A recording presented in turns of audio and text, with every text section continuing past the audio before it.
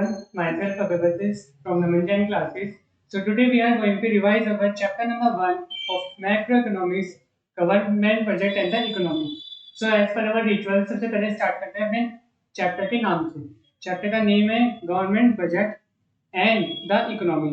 Government का वो budget जो प्रिपेयर किया जाता है गवर्नमेंट से हमारी इकोनॉमी को चलाने के लिए. तो चलिए स्टार्ट करते हैं इंट्रोडक्शन से. सबको बताया कि हर कंट्री के जो भी लीडर्स या फिर पॉलिटिक्स या फिर गवर्नमेंट है वो अपने देश का भला ही चाहेगी, लेकिन इस वेलफेयर इस प्रॉफिट मतलब जो भी है उसे करने के लिए उसे क्या करना पड़ेगा, ह्यूज एक्सपेंडिचर करना पड़ेगा. और उस ह्यूज एक्सपेंडिचर को करने के लिए एक टूल चाहिए, एक प्लान, एक प्रॉपर प्लानिंग चाहिए जिसको हम कहते हैं बजट. तो स्टार्ट करते हैं मीनिंग ऑफ गवर्नमेंट बजट.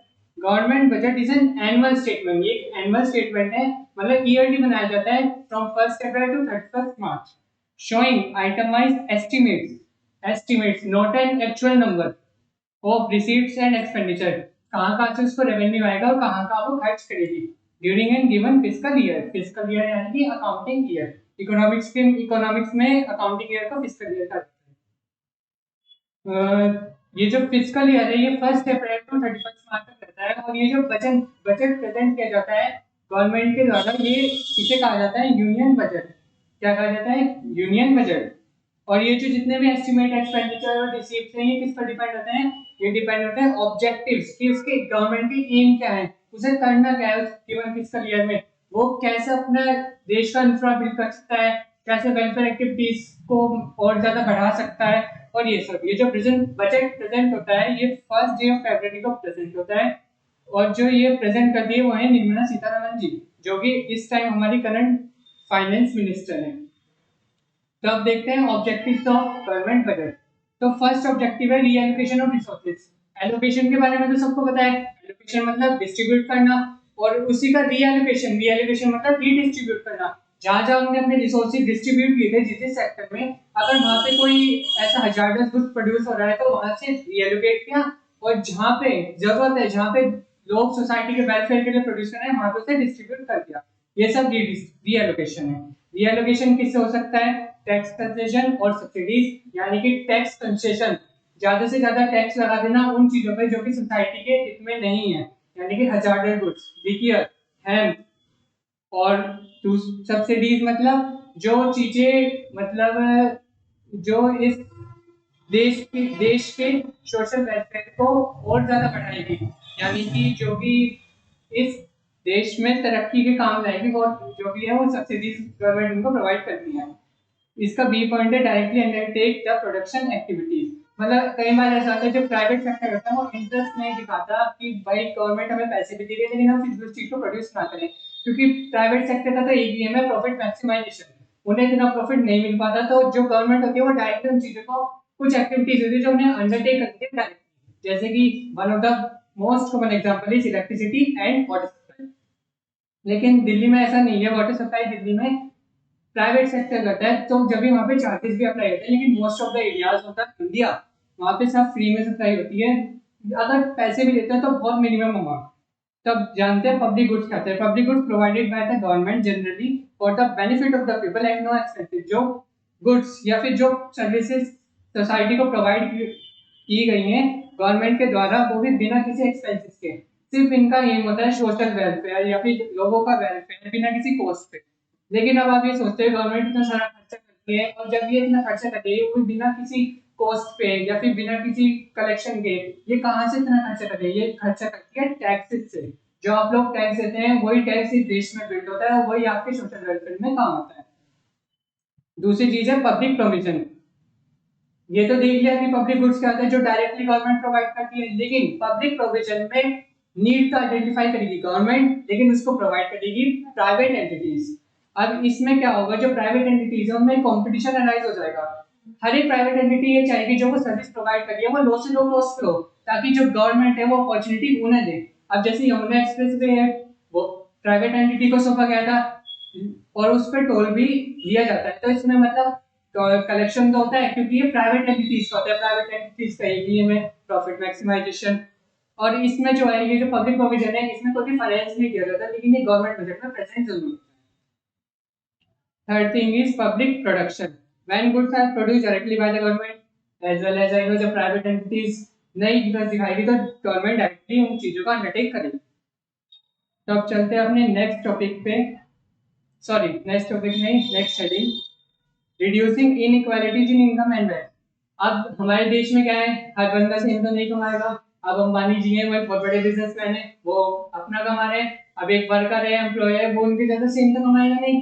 तो ये जो इनइक्वालिटी आ गई है लोगों की इनकम में या फिर उनकी वेल्थ, जो उनकी सेविंग, जो उनके पास इन्वेस्टमेंट है, उसमें जो इनइक्वालिटी है उसे कैसे कम करेंगे? ये कम हो सकता है टैक्स से। अब अब गवर्नमेंट क्या करेगी, ज्यादा से ज्यादा टैक्स किस पे अप्लाई करेगी? रिचर सेक्शन पे। और जब कम से कम टैक्स अप्लाई करेगी वो करेगी पुअर सेक्शन पे। अब रिचर सेक्शन अगर मान लो 100 रुपए कमा रहा था, उस पर टैक्स 50 का कर रहा है, तो उसकी इनकम 50 हो गई। और पुअर सेक्शन अगर इनकम 60 की कमा रहा था, उस पर टैक्स 10 का कर रहा है, तो 50 का, मतलब इनइक्वालिटी कम हुई थी, इन एलिमिनेट कभी नहीं हुई थी। Third one is economic stability.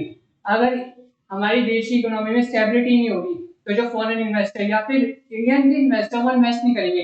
पता चला आज पैसे लगाए, आज इकोनॉमी बूम पे थी, कल कल इकोनॉमी रिसेशन में चली गई, क्या फायदा हुआ? कुछ भी फायदा नहीं हुआ। और ऊपर से जो इसने पैसे लगाए वो डूब गए, वो छत से कूद गया, डिप्रेशन में आ गई। सही है ना? अब जब तक स्टेबिलिटी नहीं आएगी तो कुछ भी इन्वेस्टमेंट नहीं होगा, फ्लक्चुएशन इतने ज्यादा होंगे, लोग डरेंगे मार्केट में आने से। तो इकोनॉमिक स्टेबिलिटी होना भी जरूरी है। That's why economic stability is one of the most important objective of the government budget.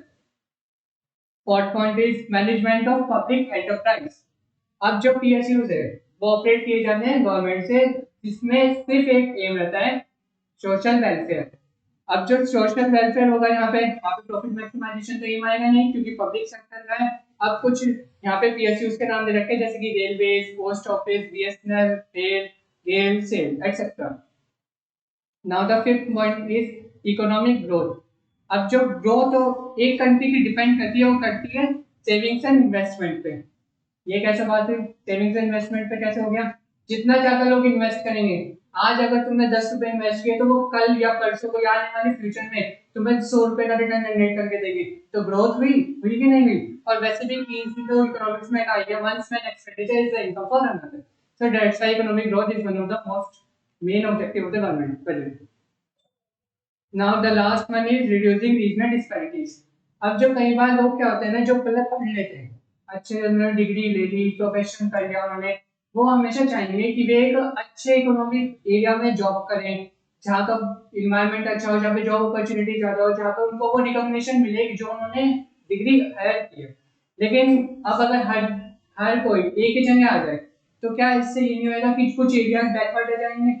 तो उन एरियाज जो बैकवर्ड रह गए उन्हें भी उसके साथ लाने के लिए, जो कि इस टाइम पूरे सही है, जहाँ पे जॉब अपॉर्चुनिटी की कोई कमी नहीं है, उसके लिए गवर्नमेंट बहुत सारी एक्सपेंडिचर पॉलिसी लाती है, जहाँ पे जो एरिया बैकवर्ड है उनमें एक्सपेंडिचर ज्यादा करेगी, जो एरियाज ऑलरेडी डेवलप्ड है उनमें टैक्स ज्यादा लगाएगी, जिससे लोग वहाँ से थोड़ा मूव करें। जो बैकवर्ड एरिया है जहाँ पे अपॉर्चुनिटी ज्यादा है वहाँ पे एस्टेब्लिश हो, इस तरीके से। और इन एरियाज को मोस्टली कहा जाता है स्पेशल इकोनॉमिक जोन, जहाँ पे गवर्नमेंट ज्यादा ज्यादा एक्सपेंडिचर करती है, सब्सिडीज प्रोवाइड करती है और जॉब अपॉर्चुनिटीज देती है।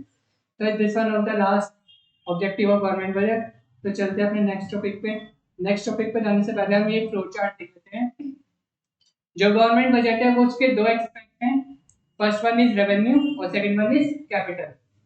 रेवेन्यू के भी दो हैं, revenue receives, revenue expenditure. Capital budget के भी दो aspect, capital expenditure and capital receives. अगर हम इसे नीचे से देखें तो इसका मतलब बजटरी एक्सपेंडिचर, एक्सपेंडिचर कितने टाइप के हैं? रेवेन्यू एक्सपेंडिचर और कैपिटल एक्सपेंडिचर। और भाई बजटरी रिसीव्स कितने टाइप के हैं? रेवेन्यू रिसीव्स और कैपिटल रिसीव्स। तो अब इसे डिटेल में जानते हैं। बजट के कितने कंपोनेंट हैं? रेवेन्यू और कैपिटल। रेवेन्यू जो रेवेन्यू एक्सपेक्ट से डील करे, यानी कि जो रेवेन्यू रिसीव्स और रेवेन्यू एक्सपेंडिचर से डील करता हूं। कैपिटल बजट जो कैपिटल एक्सपेक्ट से कैपिटल एसेट से डील करे, यानी कि कैपिटल रिसीव्स और कैपिटल एक्सपेंडिचर। तो अब इन्हें डिटेल में देखते हैं क्या होते हैं। उससे पहले एक चीज और देख लेते हैं, बजटरी एक्सपेंड, बजटरी रिसीव्स। जितने भी रिसीव्स गवर्नमेंट को रिसीव होंगी during a given fiscal year, वो सारी बजटरी रिसीव्स। और जितने भी एक्सपेंडिचर गवर्नमेंट एक गिवन फिस्कल ईयर में करने वाली है वो बजटरी एक्सपेंडिचर।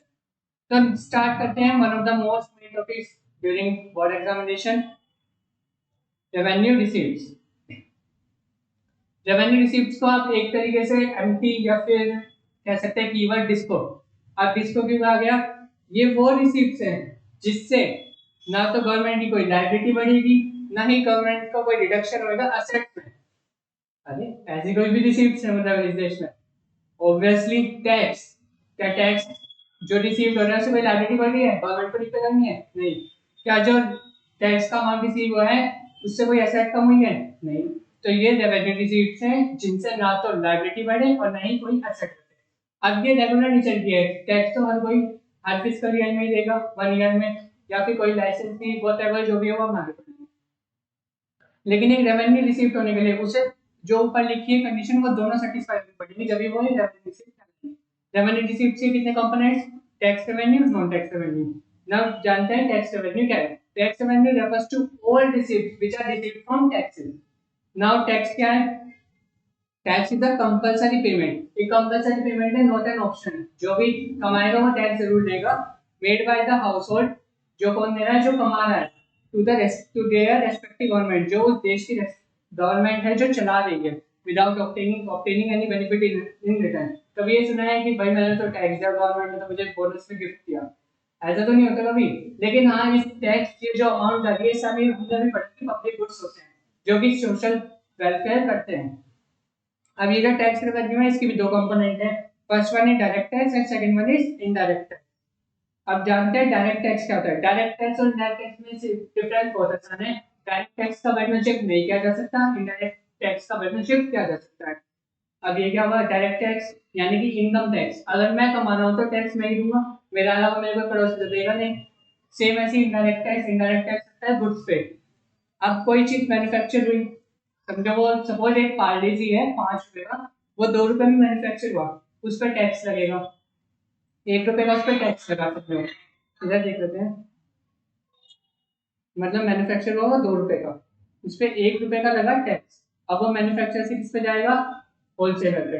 होलसेलर पे वो कितने का आया? 3 का। अब होलसेलर को अपनी भी कमाई करनी है तो 1 रुपए से बढ़ा के बेचेगा। अब ये जो 3 रुपए का है ये उसे किसे बेचेगा? ये 4 रुपए का किसे बेचेगा? रिटेलर को। अब ये जो 4 रुपए है इसमें ये 3 रुपए इंक्लूड है कि नहीं? और इन 3 रुपए में ये जो 1 और 2 है, ये जो ऑलरेडी है, ये जुड़ जुड़ के जा रही है, यानी कि अपनी मैन्युफैक्चर की जेब से कुछ गया अब तक? नहीं गया। होलसेलर की जेब से कुछ गया? नहीं गया। रिटेलर की जेब से कुछ गया? नहीं गया। अब रिटेलर रिटेलर इसे अपनी प्रॉफिट के लिए बेचेगा, वो 1 रुपया और बढ़ा के बेचेगा। किसे बेचेगा? कंज्यूमर को। फाइनली कंज्यूमर तक ये कितने का गया? 5 रुपए का। मतलब फाइनली इसका बर्डन जो है वो शिफ्ट हो गया कंज्यूमर। डायरेक्ट टैक्स मैंने पढ़ा दिया आपको। अब इसकी एक जो लाइन है जो बहुत इंपॉर्टेंट है, द लायबिलिटी टू पे, यानी कि जो इम्पैक्ट है टैक्स का, जो इम्पैक्ट है एंड द एक्चुअल बर्डन, मतलब जो उसको पे करेगा, एक्चुअल बर्डन जो उसका पे करेगा, और लायबिलिटी टू पे जिस पे वो इम्पैक्ट आया था। इम्पैक्ट मैन्युफैक्चरिंग पे आया था लेकिन पे कंज्यूमर ने किया था। लेकिन वो डायरेक्ट टैक्स का कैसे केस है, लेकिन ये डायरेक्ट है। मतलब इनकम मैंने कमाई, इम्पैक्ट मेरे पे आया और दिया भी मैंने, उसका इंसिडेंस भी मेरे पे आया। इसके एग्जांपल है income tax, corporation tax, capital gain tax, gift tax और ये एक्सेट्रा। डायरेक्ट टैक्स प्रोग्रेसिव हो सकता है, रिग्रेसिव और प्रोपोर्शनल। प्रोग्रेसिव मतलब इनकम बढ़ी टैक्स रेट बढ़ गए, रिग्रेसिव इनकम बढ़ी टैक्स रेट घट गए, प्रोपोर्शनल इनकम बढ़ी घटी हमें कोई फर्क नहीं, इतने परसेंट का टैक्स आपको देना ही पड़ेगा। अब इनडायरेक्ट टैक्स बता दिया जिसका बर्डन शिफ्ट हो सकता है, यानी जो लायबिलिटी टू पे, जो इम्पैक्ट है, और एक्चुअल बर्डन जो उसका इंसिडेंस है वो अलग अलग पर्सन पे लाई करेगा। जैसे कि जीएसटी, जीएसटी 17 टैक्स को मिला के बना हुआ है, ये तो ऑलरेडी हमने डिस्कस कर रखा है, और कस्टम ड्यूटी। अब आते हैं non tax revenue. Non tax revenue क्या होते हैं? वो सारे रिसीप्ट जो कि टैक्स से अदर हमें रिसीव हुई है, मतलब जो टैक्स से रिसीव हो गए वो टैक्स रिसीव या टैक्स रेवेन्यू, और जो टैक्स से नहीं रिसीव हुआ वो हो गए नॉन टैक्स रेवेन्यू। अब नॉन टैक्स रेवेन्यू के 9 कंपोनेंट्स क्या सपोर्ट करेंगे वो बोलने में?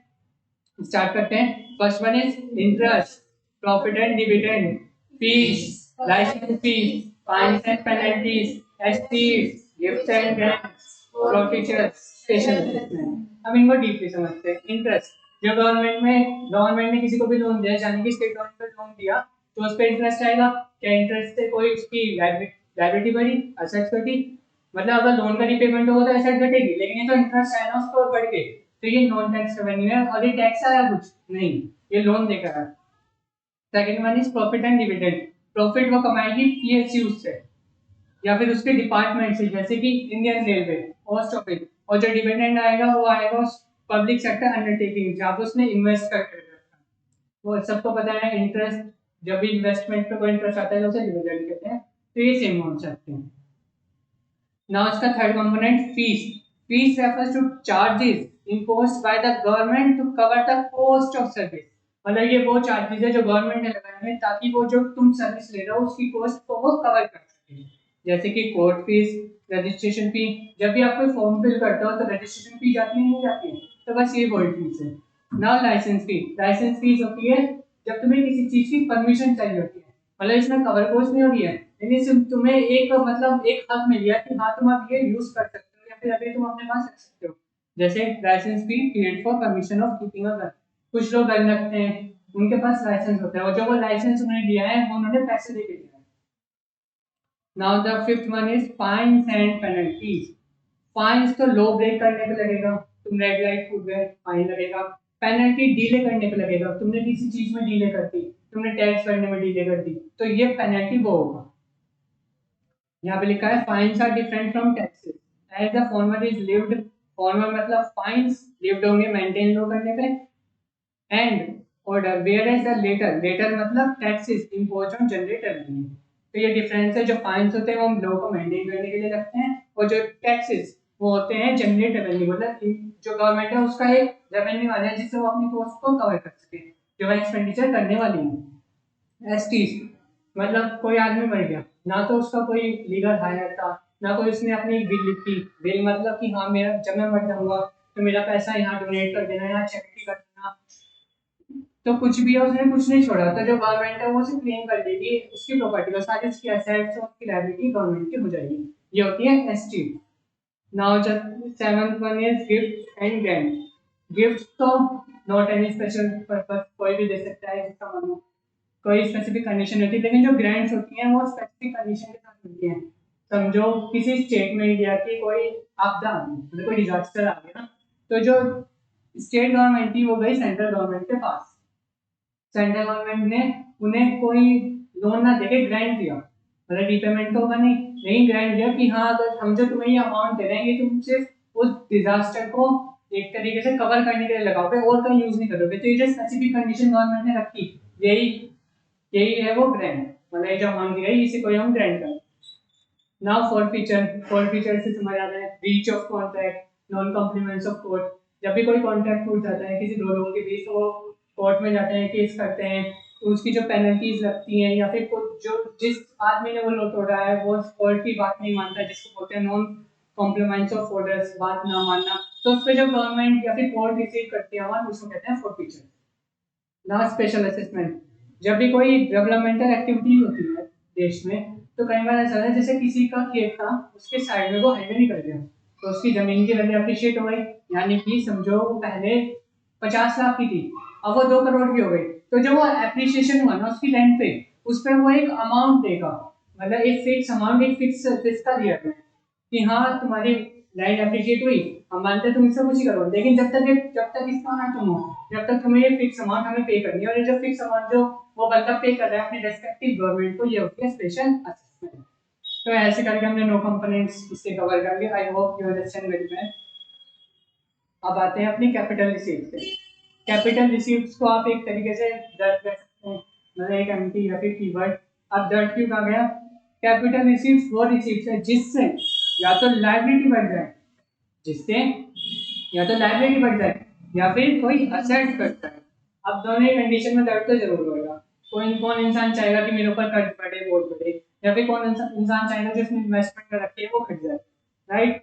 और ये जो कैपिटल रिसीव्स होती है ना, ये नॉन रिकरिंग होती है, मतलब ये डेली बेसिस पे नहीं होती, ये कभी कभी होती है, बड़ी बड़ी अमाउंट में होती है।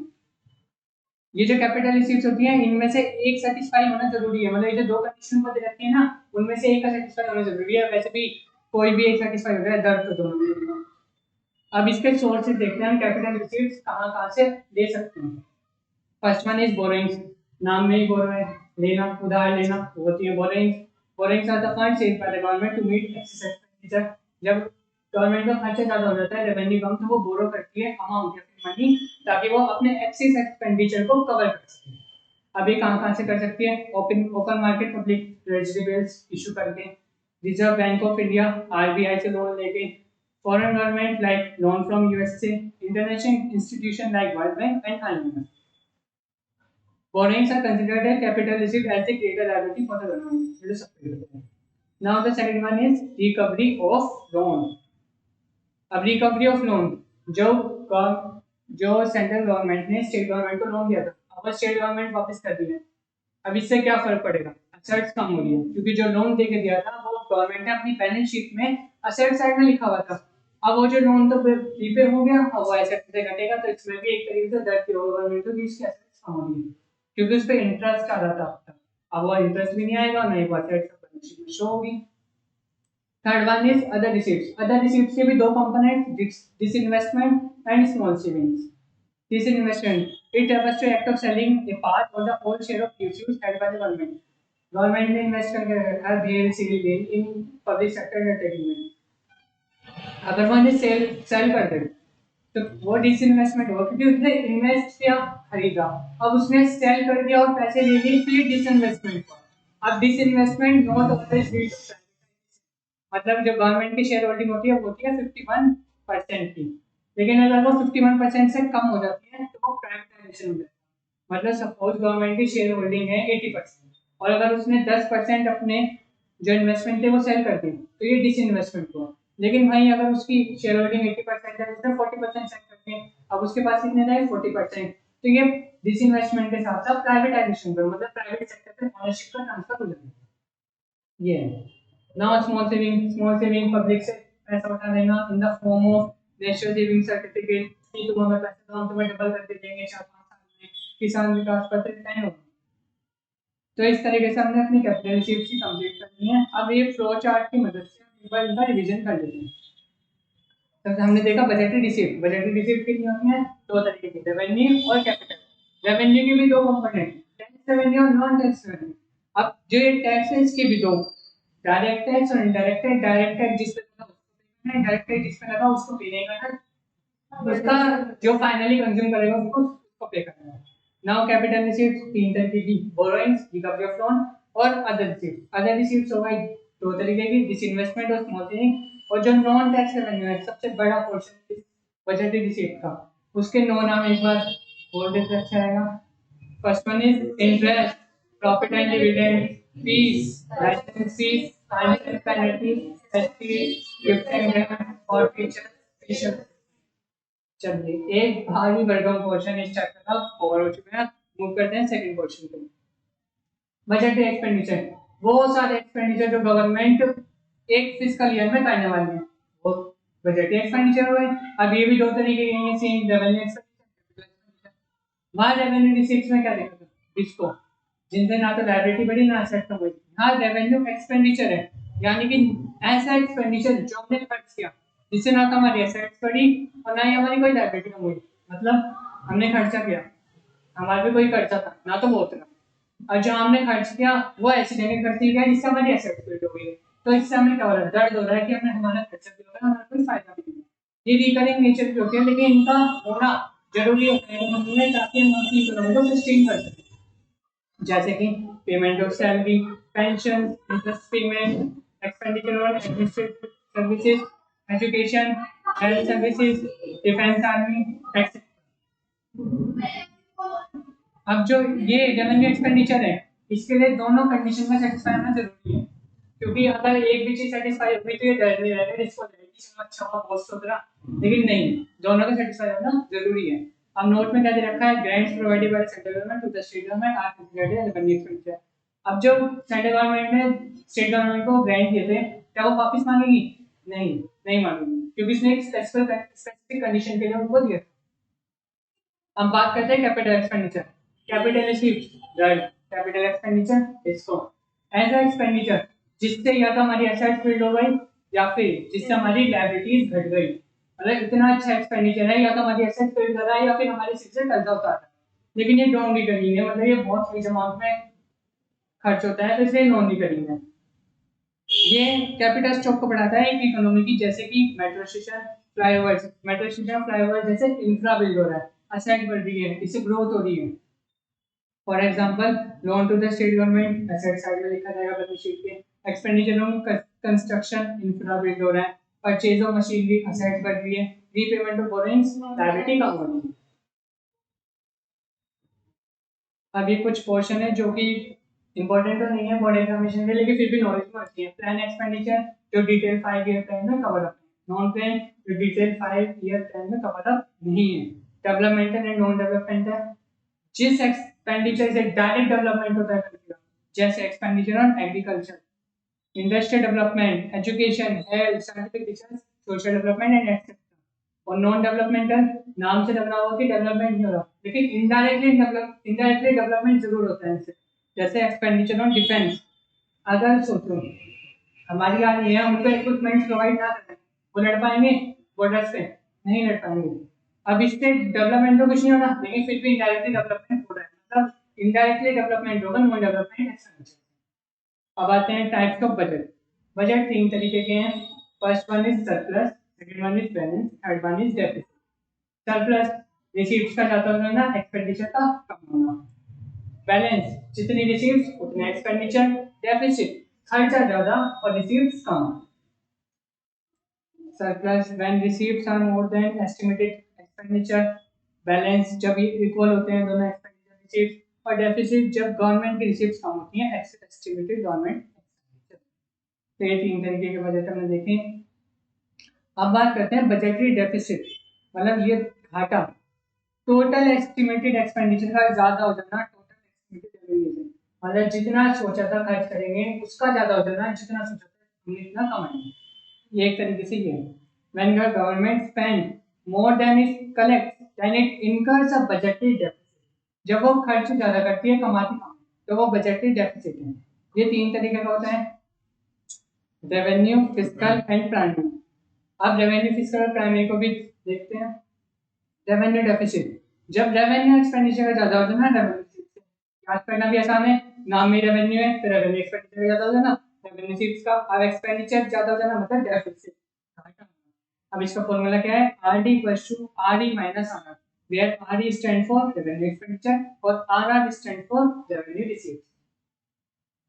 Revenue deficit signifies that the revenue of the government is insufficient, मतलब बहुत इनएडिक्वेट है, बहुत ज्यादा कम है उसका गवर्नमेंट का रिसीव्स, लेकिन उसके खर्चे बहुत ज्यादा है।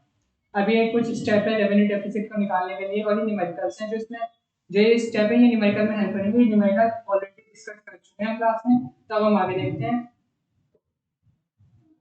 इम्प्लीकेशन मतलब इफेक्ट, रेवेन्यू डेफिसिट होने से क्या होगा। It indicates the inability of government. Inability मतलब जो डे टू डे खर्चे हैं, गवर्नमेंट जो डे टू डे खर्चे कर रही है उनका जो कवर अप है, जो रिसीट्स है वो भी कवर नहीं कर पा रही to meet it regular and recurring expenditure in proposed budget. जो बजट प्रपोज किया गया था, जो शो किया गया था, उसमें जो एक्सपेंडिचर हुआ था वो बहुत ज्यादा डे टू डे का, लेकिन इसमें रिसीट्स नहीं है। It implies that the government is distilling. अब खुद सोचो, जब हम खर्चा करते हैं कमाई कहीं तो नहीं रही, कहाँ से करेंगे? जो हमारे सेविंग्स है, डिस सेव करेंगे और सेविंग में से हम खर्चा करेंगे, तो ये शो करता है कि गवर्नमेंट डिस सेविंग कर रही है। It also implies that the government has to make up this deficit from capital सी। बहुत मतलब कोई वाहियात, सबसे वाहियात बात अगर इस लाइफ या फिर इस वर्ल्ड में होगी ना, भाई तुम खर्चा कर रहे हो, खर्चा कर रहे हो, ना तो तुम्हारी एसेट होगी, ना तुम्हारा कोई कर्जा उतर रहा, ऊपर से कर्जा लेके तुम वो खर्चा कर रहे हो, मतलब तुम मरो है, तुम अपने घर वालों के लिए एसेट बनो, लायबिलिटी नहीं। ठीक है, और वो खर्चा, वो जो अमाउंट, वो जो एक्सपेंड करने के लिए आ रही है, वो कहाँ से आएगी? बोरोइंग्स और डिसइन्वेस्टमेंट। बोरोइंग और disinvestment capital receives, capital receives done. Now, the fourth one is the use of capital receipts for meeting the extra consumption expenditure due to inflationary situation in the economy. अब भाई एक आदमी, उसका खर्चा तो government उठा रही है, अब वो क्या करेगा? मेरे तो बच्चे को गवर्नमेंट पढ़ाती है नहीं, आज तो प्राइवेट वाले भी पढ़ रहे हैं। दिल्ली में देखा गवर्नमेंट स्कूल कितने अच्छे होते हैं। तो अब वो जो इंसान जो कमा रहा है, पढ़ाई में तो सब घर चाहिए, उसके बच्चे ने साथ से गवर्नमेंट उठा दिया, अब वो क्या करेगा? चलो भाई आज तो डोमिनोज चलते हैं, पिज्जा खा के आएंगे, या फिर मैगडी चलते हैं, बर्गर खा के आएंगे। अब ये जो डिमांड बढ़ रही है, डिमांड पुल इन्फ्लेशन, हमने पढ़ा है दो तरीके की इन्फ्लेशन, डिमांड पुल इन्फ्लेशन और पुश पुल इन्फ्लेशन। जो डिमांड पुल इन्फ्लेशन है, उससे इन्फ्लेशन आएगी और इन्फ्लेशन होने से इन्फ्लेशनरी सिचुएशन बन जाएगी इकोनॉमी में। तो ये higher borrowings, higher borrowings increase the future burden in terms of amount and interest payment. हमने आज का खर्चा करने के लिए लोन लिया, क्या जो लोन लिया उसका रिपेमेंट नहीं होगा? होगा। अगले साल जब उसका रिपेमेंट करेंगे दूसरा लोन लेंगे, लेकिन ये वाला जो लोन लिया था इसका इंटरेस्ट पेमेंट भी इंक्लूड हो जाएगा, यानी कि जब अगली बार हम रिपेमेंट करेंगे तो प्रिंसिपल अमाउंट में इंटरेस्ट अमाउंट भी प्रिंसिपल अमाउंट ही बन जाएगा और ज्यादा लोन लेना पड़ेगा। तो इससे हमारा जो फ्यूचर बर्डन है वो बढ़ A high revenue deficit gives a warning signal to the government to either curtail its expenditure or increase its revenue. अब जितना ज़्यादा डेफिसिट होगा वो तो वार्निंग सिग्नल ही देगा ना, या तो भाई तुम अपनी कमाई बढ़ाओ या फिर खर्चे रोको। ये सब अब हम कैसे कैसे रेवेन्यू डेफिसिट को कम कर सकते हैं या फिर खत्म कर सकते हैं। आसान सी बात है, खर्चा कम कर लो और या फिर कमाई ज़्यादा कर लो, बस। Now the second one is fiscal deficit, total expenditure का ज्यादा हो जाना टोटल रेवेन्यू से, एक्सक्लूडिंग बोरिंग। एक्सक्लूडिंग बोरिंग्स क्यों कहा? क्योंकि जो हम एक्सपेंडिचर अभी कर रहे थे वो लोन लेके करते थे, और अगर हम वो भी लोन इसमें या फिर वो बोरिंग इसमें मिला देंगे तो वो फिस्कल डेफिसिट जीरो आ जाएगा, क्योंकि फिस्कल डेफिसिट इक्वल होता है बोरिंग्स। ये फिस्कल डेफिसिट का फॉर्मूला है total expenditure minus total receive excluding borrowings. It shows how much the government is spending beyond its limit। मतलब इतना तो वो कमा रहे हैं जितना वो खर्च सकते हैं, या फिर ये दिखा दिए कि हाँ हम कितनी अच्छी गवर्नमेंट है, लेकिन नहीं, इससे सिर्फ देश का घाटा हो रहा है और कुछ नहीं। Total received excluding borrowing include revenue receipts and capital receipt excluding borrowing, i.e. Non debt creating capital receipt, वो कैपिटल रिसीट जो गवर्नमेंट का डेट ना बढ़ा दियो, कर्जा ना बढ़ा दियो, वो इंक्लूड होंगे।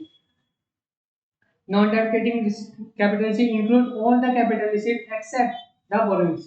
अब borrowings को कर्जे बढ़ाएगी, नाम में बोरो है तो बस।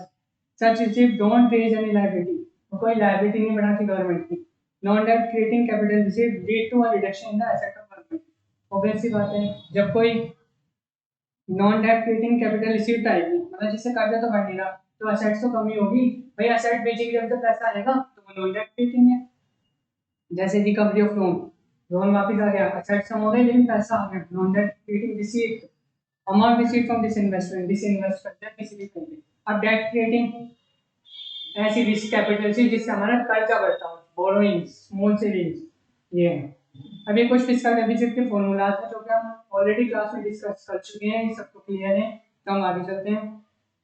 अब ये नोट देख लेते हैं, whenever only borrowings are given then the fiscal deficit is equal to borrowings, therefore FD equals to borrowings। मतलब अगर क्वेश्चन में खाली बोरोइंग लिख के पूछा है कि फिस्कल डेफिसिट निकालो तो फिस्कल डेफिसिट बोरोइंग से इक्वल आ जाएगा, ऐसा क्यों? क्योंकि जो फिस्कल डेफिसिट होता है वो शो करता है कि how much government borrow to meet its expenditure, ये। तो अब ये बूस्टर ऑब्जर्वेशन है, इस बूस्टर ऑब्जर्वेशन का मैं क्रक्स बता देता हूँ। इसमें ये लिखा है कि जो स्मॉल सेविंग है वो जो है फिस्कल डेफिसिट को कैलकुलेट करते टाइम इंक्लूड होगी, लेकिन ऐसा क्यों? हमने तो अभी देखा डेट रेटिंग हम नहीं लेंगे, स्मॉल सेविंग तो डेट रेटिंग है। अरे भैया सुनो, जो स्मॉल सेविंग है वो गवर्नमेंट ने बोरो थोड़ी की है, पब्लिक खुद आई है, गवर्नमेंट ने ऑफर निकाला है कि भाई तुम जमा कराओ तुम्हें डबल करके देंगे, भले ही कर्जा है लेकिन गवर्नमेंट ने मांगे नहीं है, सिर्फ एक ऑफर किया है तुम्हारे पास जमा करना, हम तुम्हें और बढ़ा के अमाउंट रिटर्न करेंगे, एक लायबिलिटी है क्योंकि रिटर्न भी करना है। तो इस वजह से ये बूस्टर ऑब्जर्वेशन का क्रक्स ये है कि स्मॉल सेविंग फिस्कल डेफिसिट को कैलकुलेट करते टाइम इंक्लूड होगी, दैट्स ऑल।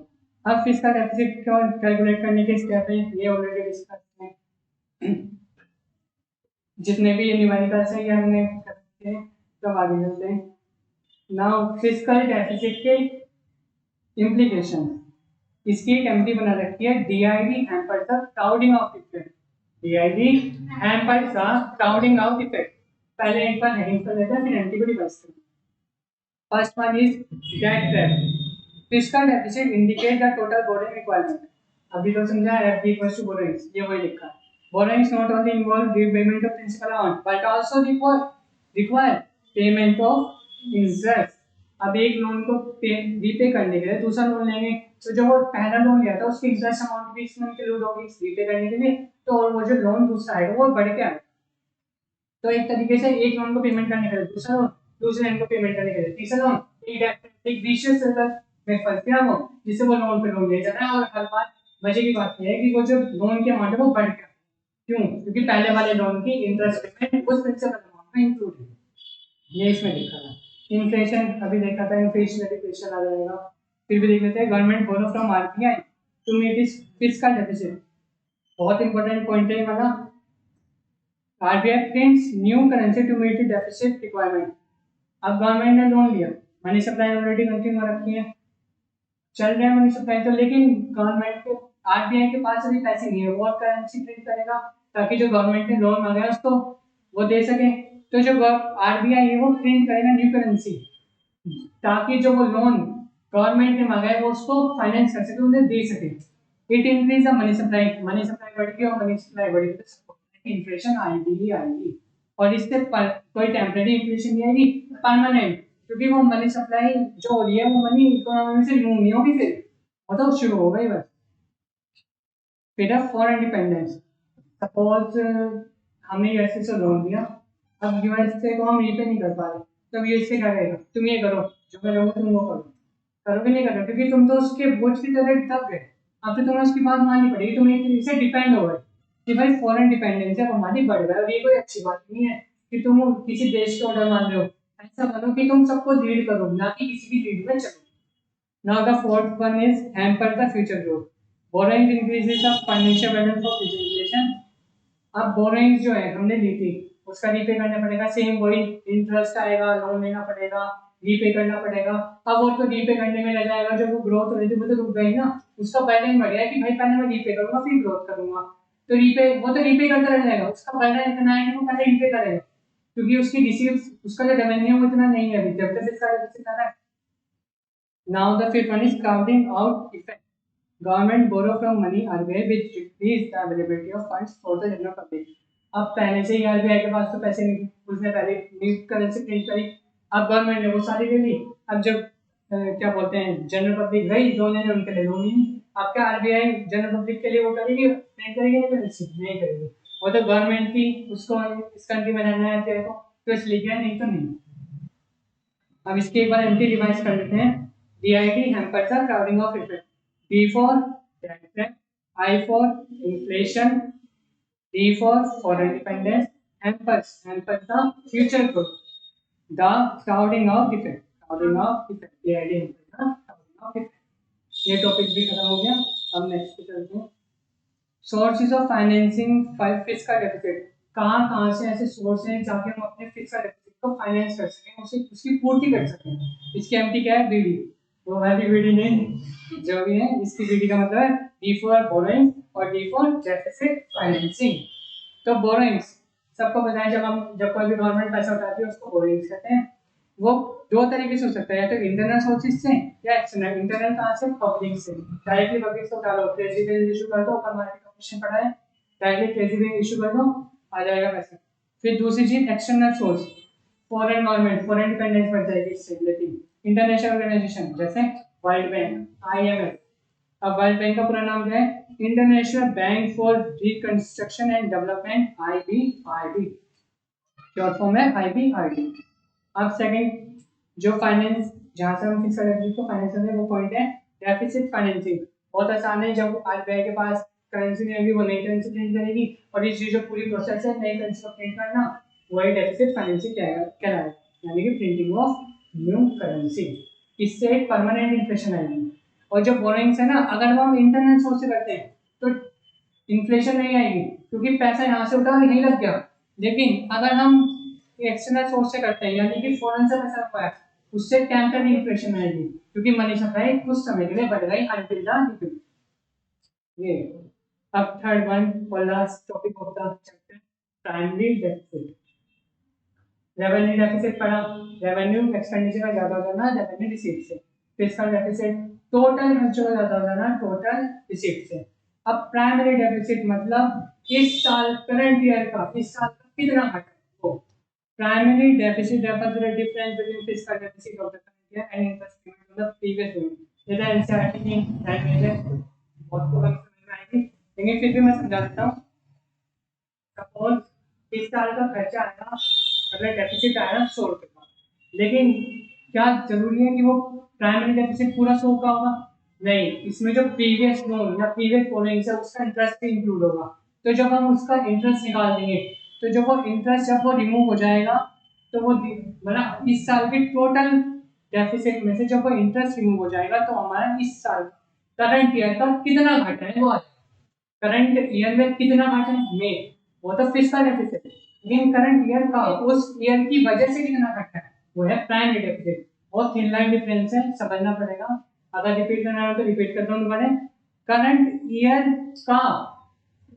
ईयर का कितना घटा है प्राइमरी डेफिसिट। करंट ईयर में कितना घटा है वो फिस्कल डेफिसिट है। यानी कि फिस्कल डेफिसिट बाय डेटा में प्राइमरी डेफिसिट उससे नैरो करते हैं। अभी कुछ स्टेप दे रखे हैं प्राइमरी डेफिसिट के, ये हम देख लेंगे बाद में, क्योंकि न्यूमेरिकल्स हम ऑलरेडी सॉल्व कर चुके हैं। हम देखते हैं implication of primary deficit, last topic of the chapter. Primary deficit के इफेक्ट क्या क्या है? Primary deficit indicates how much government has to borrow on account of current year. अभी बताया करंट ईयर का कितना घाटा, तो इस साल के घाटे के लिए गवर्नमेंट को कितना लोन लेना है वो शो करता है प्राइमरी डेफिसिट। जितना भी इस साल की बोरोइंग्स होगी वो शो करेगा primary deficit has to borrow on account of current year. मतलब कितना इस साल में घटा है, उसकी वजह से गवर्नमेंट को कितना बोरो करना है primary deficit. The difference between fiscal deficit and primary deficit show the amount of interest. ये तो देख रखा है फॉर्मूला है पर PD equals to MP minus interest, तो ये वही चीज को एक तरीके से लाइन में शो करके दिखा। Now third one is a low और जीरो प्राइमरी डेफिसिट, मतलब करंट ईयर का जो घाटा है तो वो बहुत कम है या है ही नहीं। Indicate the interest on earlier loan, जो इंटरेस्ट है पहले के लोन्स पे has forced government to borrow, उन इंटरेस्ट ने फोर्स किया है कि अब तुम बोरो करो इन इंटरेस्ट का रीपेमेंट करने के लिए। ये इसमें दिखाया है। मतलब इस साल का तो कोई घाटा नहीं आया, अब जो पिछले साल का इंटरेस्ट है वो फोर्स करेगा तुम इस साल में लोन लो। पिछले साल का लोन होता रहो, इस साल का लोन बढ़ाओ, इस साल का लोन बढ़ा, ये जो घटा है इस साल का घटा है ये प्राइमरी डेफिसिट। अब ये नोट में लिखा है if primary deficit equal to fiscal deficit then it means interest commitment is equal to zero and the government has to borrow only on account of current year. अगर जो इस साल का घाटा इक्वल है किसके, इस साल में टोटल घाटे के, मतलब ये तो गवर्नमेंट को सिर्फ इस साल के घाटे के लिए बोरो करना पड़ेगा, पिछले का कुछ भी है कुछ नहीं है, सब कुछ लिया गया, पिछले में कोई भी घाटा नहीं था। फॉर एग्जांपल अगर फिस्कल डेफिसिट 1900 करोड़ है, प्राइमरी डेफिसिट भी 1900 करोड़ है, तो भी बोल दिया था अभी, तो इंटरेस्ट जो पेमेंट है वो जीवन वाले नहीं, तो गवर्नमेंट को प्रीवियस बोरिंग्स के लिए बोरो करना नहीं पड़ेगा।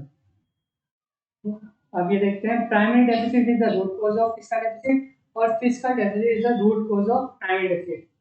प्राइमरी की वजह से फिस्कल आएगा और फिस्कल की वजह से प्राइमरी आएगा। फिस्कल की वजह से प्राइमरी क्या आएगा, फिस्कल डेफिसिट क्या शो करता है बोरोइंग्स, बोरोइंग्स पे इंटरेस्ट देना पड़ेगा, इंटरेस्ट देने के लिए हम इस साल में लोन लेंगे, इस साल का घाटा।